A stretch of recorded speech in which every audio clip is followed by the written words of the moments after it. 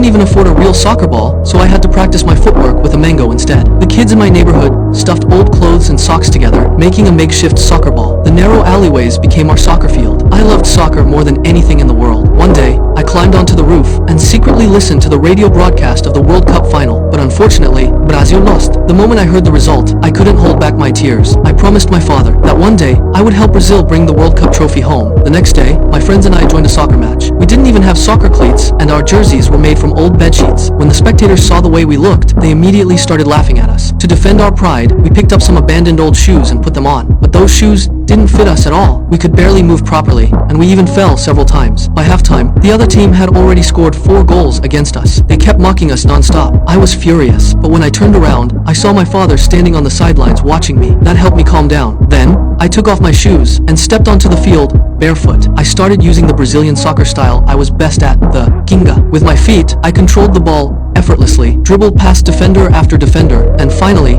scored a goal. Seeing that, my teammates took off their shoes as well. At that moment, I completely unleashed myself. I began showing my most incredible skills, scoring goal after goal. Although we still lost the game by 1 goal in the end, I earned the applause of everyone in the stadium. After the match, a scout handed my father his business card. With his recommendation, I successfully joined Santos FC, but I wasn't happy because the club valued European-style soccer and the coach forbade me from using Ginga anymore. Little by little, I lost my confidence. I could no longer show my true ability. After joining the team, I failed to score a single goal. I started doubting myself. Just when I decided to give up soccer and go home, an older scout found me. He told me that Ginga was the soul of Brazilian soccer. He encouraged me to stay true to my style and keep playing the way I was meant to play. So, I returned to the team. This time, I ignored the coach's objections and continued playing with my Ginga style. When the match started, I immediately pulled off a brilliant first touch and turn, leaving the defender behind. Even under tight pressure, I broke through the defense with a series of amazing ball controls. Then I leapt into the air and scored with an unbelievable bicycle kick. At that moment, the entire stadium erupted in cheers. Even the coach finally recognized my talent. From that day on, I led the team to victory